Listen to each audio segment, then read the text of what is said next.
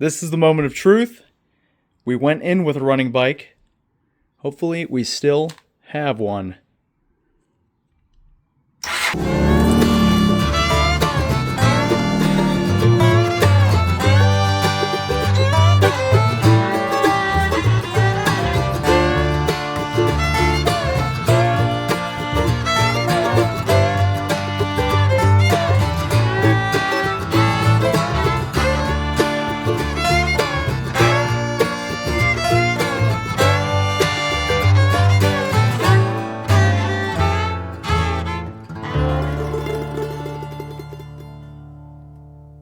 As you can see, the original exhaust is in pretty rough shape, and as much as I would love to save an original part like this, I think it's just too far gone. And I was super stressed out because after searching and searching and searching, I wasn't able to find anything that was worth the money. All the old systems taken off of other bikes seem to have the same issue with rust and patchwork, and I just didn't want that for this project. But then I stumbled upon Cafe Racer Garage. They didn't send these to me, and they didn't sponsor this video, but this is the only company that I could find that actually makes a set of headers for this bike. And I've got to say, these things are absolutely gorgeous, and I can't wait to install them. But first, we've got to remove the old stuff.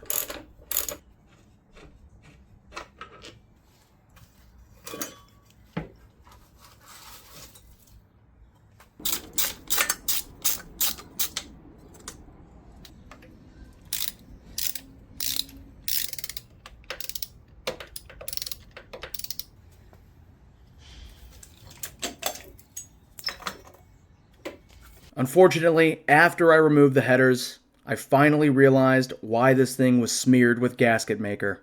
As you can see, the end of the exhaust header actually broke off inside of there, which is probably why they smeared it with Gasket Maker. But now I just got to figure out how to get that out of there. After many failed attempts, we'll see if this can get it out. Alright, I was defeated last night, but it's a new day, and I think it's just going to be a war of attrition now. The key is, the flange has to give up before I give up, and then I will be victorious.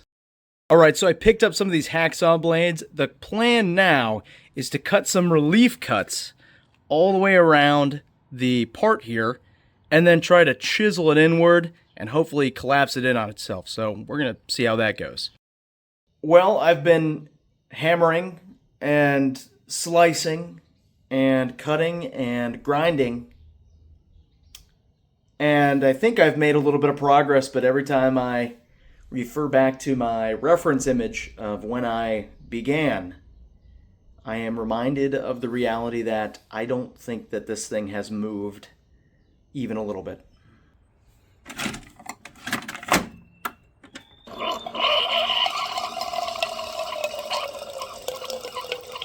I'm out here a little earlier than usual, and that's because even after all the struggling and the suffering and the turmoil, I've got some good news.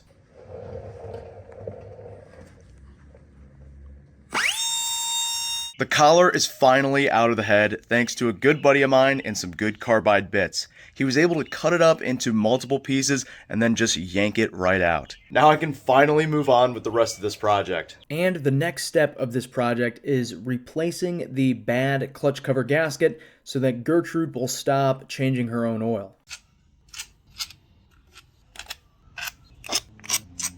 It appears that two of these things are not like the other. We've got a mismatched bolt there, and then I pulled out whatever this was supposed to be.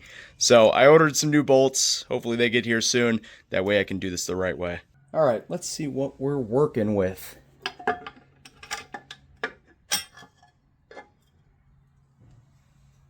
Yep, that'll do it. It appears we only have about 75% of our gasket, which probably explains the gigantic leak we had.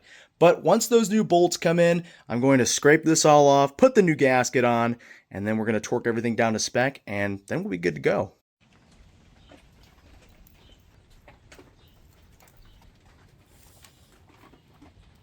After several minutes of scraping, I've got the new gasket on, and it looks absolutely amazing. Okay, I've got all the bolts in.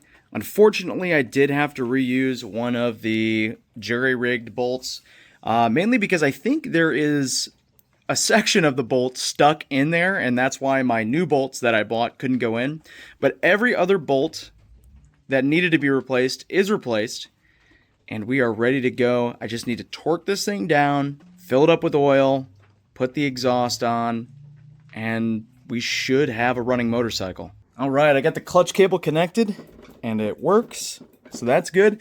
Now, on to the main event. All right, this is very important to ensure that you don't have any exhaust leaks. You've got these two little copper gaskets, and you just put them right inside the head. All right, we got both of those in there, and I also vacuumed out this front cylinder just to make sure that there wasn't any metal flake or particles that could get sucked into the engine when I first started it up. Now we just got to figure out how we're gonna get this on here. Oh, there she goes. She's in. She's in, boys. Now it's time to install this beautiful Dominator exhaust. I don't want to sound like weird or anything, but I'm kind of shaking a little bit with excitement as we get closer and closer. Oh my goodness, look at that. Oh, it's perfect. It looks amazing. All right. Oh, look at that. Like a glove. All right, we'll tighten that up in just a second, but oh my goodness. Oh my goodness. Look at that. It's absolutely gorgeous. I did run into two issues. I think I'm missing a bolt from the kit from Dominator, but it wasn't a super big deal because I had a spare one that happened to fit perfectly.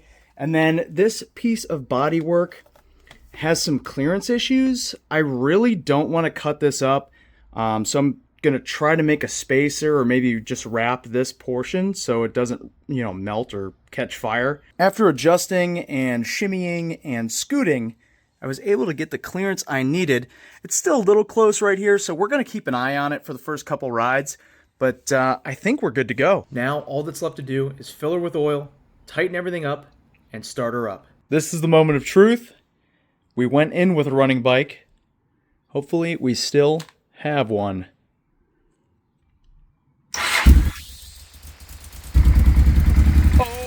Oh, buddy, oh boy. I think that carburetor needs to be adjusted a little bit, but she's running, man.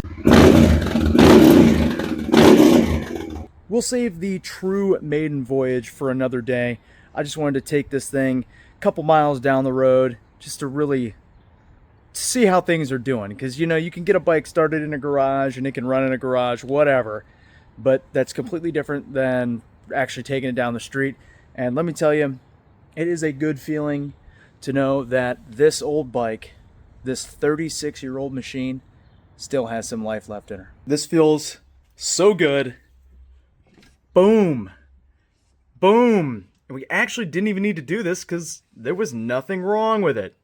The fact that there's been any progress on this list, because it feels like it's been forever, it's an amazing feeling. And this was a big one. This was one that I was actually afraid to do. I don't know why I was so afraid, but the clutch cover gasket is done. And just as I thought, I will need to adjust that carburetor because it's fine once you get her up to speed and out of like the low revs. It runs fine, no backfiring, no, doesn't run funky. But when it's idling with the choke off, it appears to have some backfiring issues and just doesn't run all that great. It doesn't die, it hasn't stalled on me, but it just seems to not be running the best. So I don't know much about carburetors. I've never really dug into them, but we can learn. I really want to thank you guys for watching, and I know this episode took me a little bit longer than the other ones to release, but this is my first restoration project. This is my first go at, buying an old bike and fixing it back up so that, it's adventure ready again. So every step of this journey is going to be a learning experience for me, and I'm just grateful that you guys are tagging along with me. And mark my words, Gertrude will return to adventuring once again. I'll see you guys in the next one.